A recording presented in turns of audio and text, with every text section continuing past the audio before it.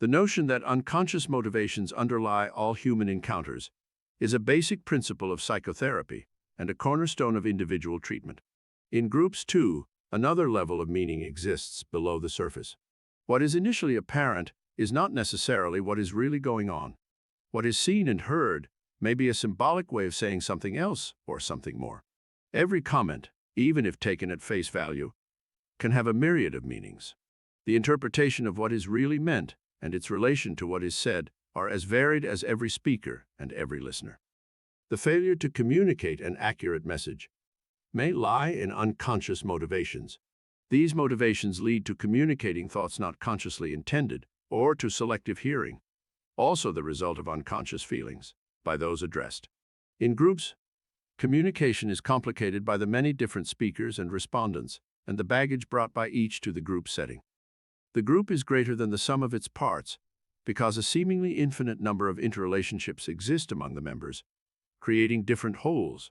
The group maintains both a group consciousness, a shared understanding motivated by latent dynamics, and many individual consciousnesses, each with its own latent qualities. The nature of the latent material is strongly influenced by the needs of the group members and the group phase. The group worker's most difficult task is to uncover the latent issues of the group personality and individual members' personalities to propel the group forward toward resolving conflict and maximizing mutual work leading to growth. The process of reaching for latent content involves a new kind of listening, new in its capacity for hearing what is left unsaid and for ferreting out the connections between what occurs on the surface and what may be happening below. The worker, after all, is no more a tabula rasa than are the group members. Ideally, what keeps the worker on track is the conscious way in which she or he constantly monitors personal reactions and listens for feedback. The goals of the group should have been developed after reviewing the needs of the population, the client's expressed goals for the group experience, and the needs and goals of the agency. See Chapter 7. Each session, the worker contemplates general and specific goals to assist the group. Determinations about areas for work are connected to the worker's knowledge about the goals for the group in any particular session, as well as over the lifetime of the group. The worker may not set up the group agenda to deal with what she or he deems important, but will rather listen for the content, which reveals what is important to the group goals and to personal knowledge of the population. Clues to latent content are found throughout each session. Body language, an unexplained feeling of tension in the room, sadness, anger, a tone that seems inappropriate to affect that seems inappropriate to content, a repeated avoidance of emotionally charged material, and many intangibles alert the worker to another level of meaning. Although workers can never be certain what is going on, they need to be sensitive to their own feelings, willing to pursue those about which they are unclear. Workers may ask directly about the feeling they are experiencing or a pattern they are observing. By charting certain variables, the worker can make some educated guesses about what is going on and easily connect them with his or her knowledge about the population and the phase. When working with clients who have difficulty in verbalizing feelings, the worker must be more attuned than usual to nonverbal messages. The first phase, when a worker readies herself or himself to move into the group as a helping person, is the tuning in phase. Tuning in is essential to the task of uncovering latent content.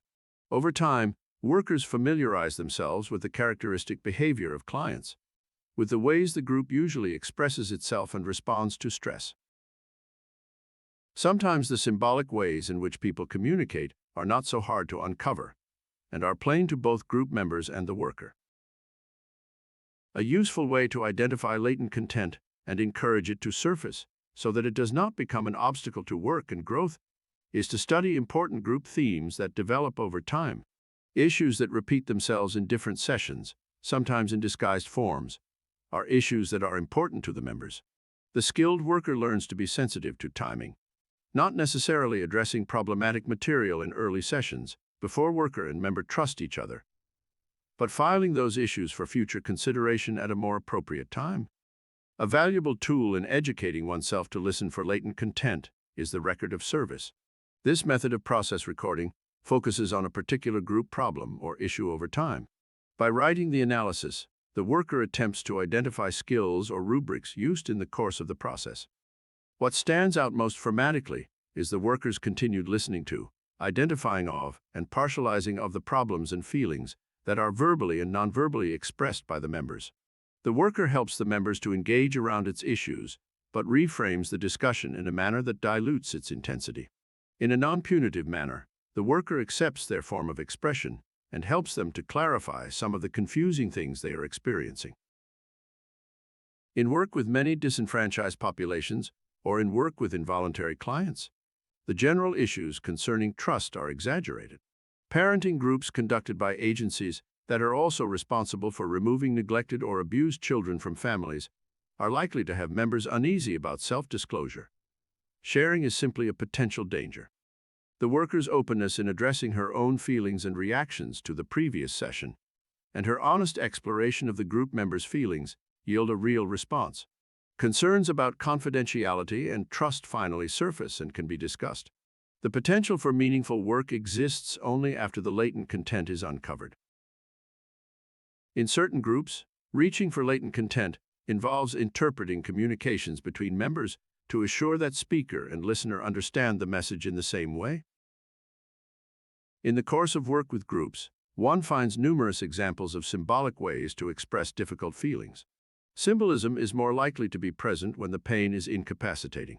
It acts as a defensive posture by helping some of the difficulty to be expressed, if only in a cloaked fashion.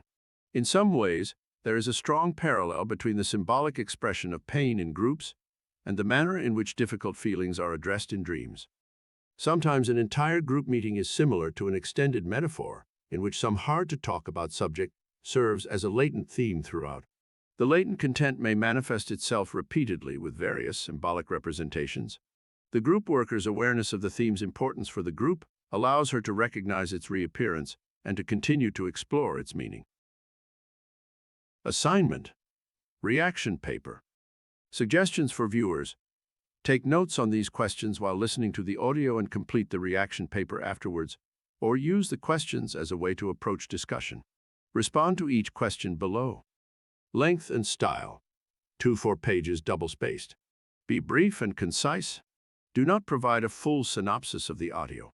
This is meant to be a brief reaction paper that you write soon after listening to the audio.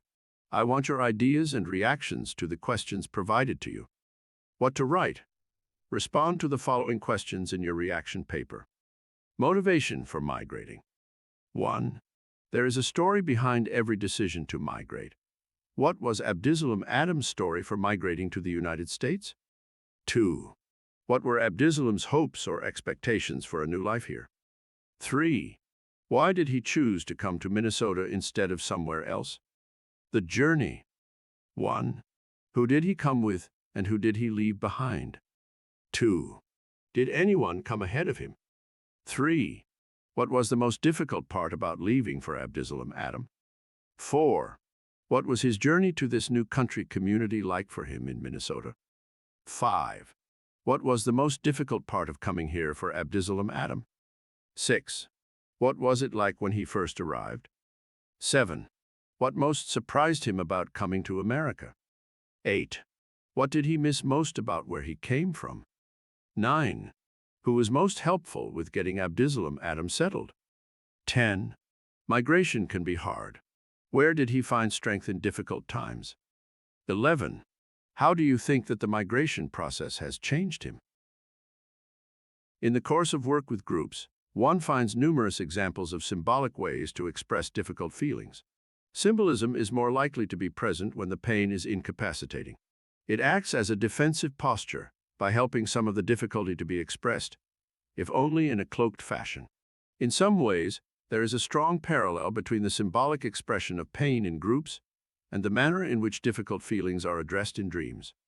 Sometimes an entire group meeting is similar to an extended metaphor in which some hard-to-talk-about subject serves as a latent theme throughout. The latent content may manifest itself repeatedly with various symbolic representations. The group worker's awareness of the theme's importance for the group allows her to recognize its reappearance and to continue to explore its meaning. Thank you.